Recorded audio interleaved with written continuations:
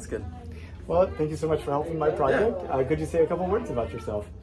So my name is Ryan Ogilvie. I'm an engineer for NASA. I work on the spacesuits. So I develop the next generation spacesuits that are working on going to the moon with Artemis missions and potentially future beyond with Mars missions too.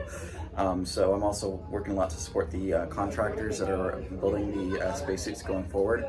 We've contracted out the spacesuits and we're working to support them on their missions to help build suits for NASA right now.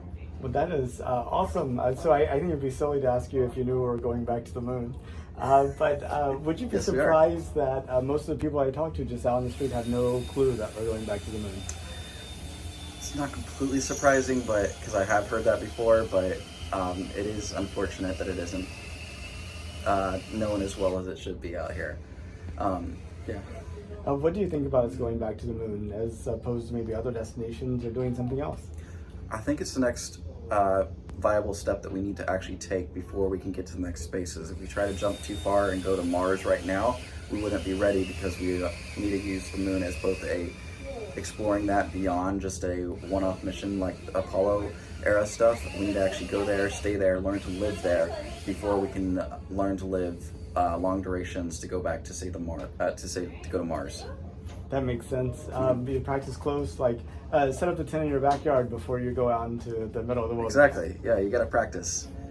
And whenever you think about where it might lead to, if you were to like project out like 200 years, which is like multiple lifespans in the future, what does it look like to you? Do you see us having maker spaces on the moon and Mars and people just living their lives there? Or do you think we're just sending like highly trained, specialized astronauts to these places? I'm not sure. I mean, I could see there being a sustained presence on both the moon and Mars in 200 years from now, especially with a sustained presence with more space stations in orbit, space stations around the moon. You've got Gateway they're working on building right now to live around the moon. Of course, 200 years from now will probably be something different, but you still need those essentially points of stations that are around the in the solar system that actually provides a place to actually stop on the way to different locations or transit on orbit. So you might have some stations around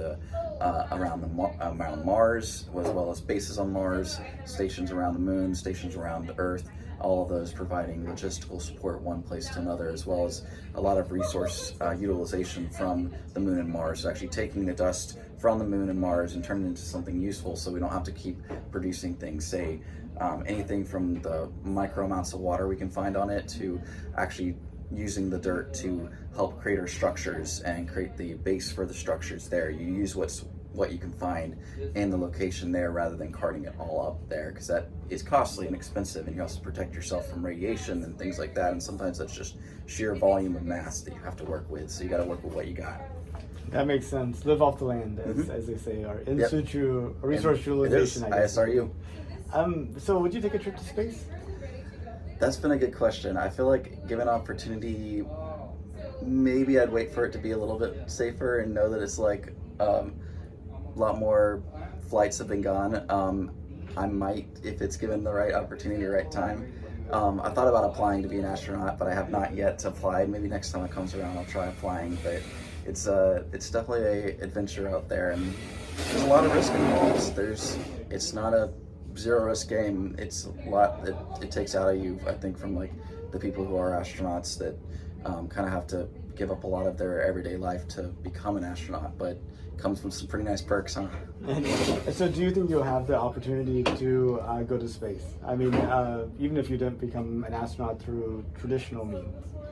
Potentially. I mean, maybe someday it would like be around. I'm not sure. I might. You might have to see how the world plays out in the next upcoming, so many years going forward, and see where we actually end up in terms of living on, living in orbit, living on a different planet and world, and whether it's even achievable, or even just like things that they send people up for regular missions on, as a matter of standard practice. But we'll see how that all plays out. That sounds awesome. It seems like with your knowledge of spacesuits, it'd be good to have you actually with them to do repairs or make changes and stuff like that. You need disciplined engineers up there to keep things running. There's a lot of sustaining engineering, maintenance. You see all the fun stuff we're doing with science and ISS. One of the big science projects, and kind of hard to call it a project, but it's just keeping ISS up there and flying.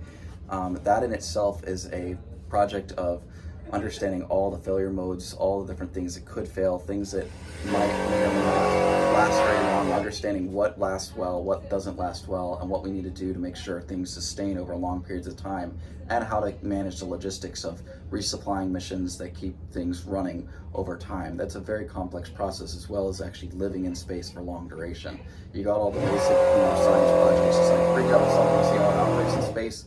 Those are really fun, one-off projects, but there is just the long duration of the ISS that is a huge project in itself, and it's really cool to see how it kind of plays out and how long we can keep this thing up in orbit and still producing good science on the side.